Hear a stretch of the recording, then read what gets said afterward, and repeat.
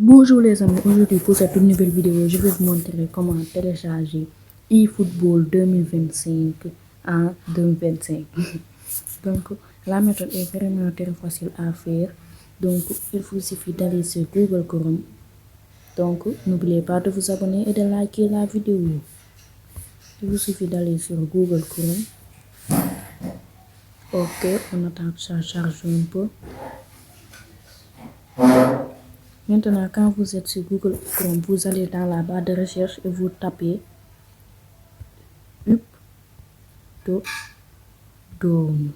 comme à l'écran. Donc, on met aussi APK. Donc, c'est pour Android quoi. La méthode est pour Android. Donc, maintenant, on va aller sur UpToDown. Maintenant, ici, on a le bouton télécharger. Bon, bien sûr, moi, j'ai déjà téléchargé, donc c'est pas la peine que je clique encore dessus. Donc, on va quitter. Donc, si vous avez déjà UpToDown, il suffit d'entrer.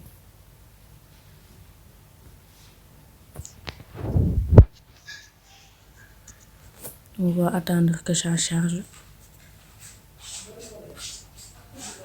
Ok, là, UpToDown est en train de se charger. Donc, cette application nous permet d'avoir toutes les applications, tous les jeux. C'est comme un Play Store, mais je pense que c'est plus développé que le Play Store. Il y a même des jeux qui ne sont pas encore sortis. C'est Seven Deadly Sins, Grand Cross. Donc là, il nous suffit d'aller sur la barre de recherche en haut, recherche des applis. Et maintenant, nous allons taper ce qui nous intéresse, eFootball.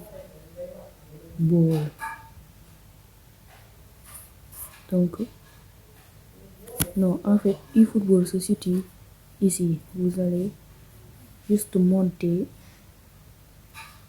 et aller sur jeu en haut. Donc maintenant, si vous êtes sur jeu, vous allez voir eFootball PS 2025. Donc ça ne veut pas dire que c'est pas mis à jour, mais vous l'avez ici, eFootball. Il ne vous reste plus qu'à le télécharger.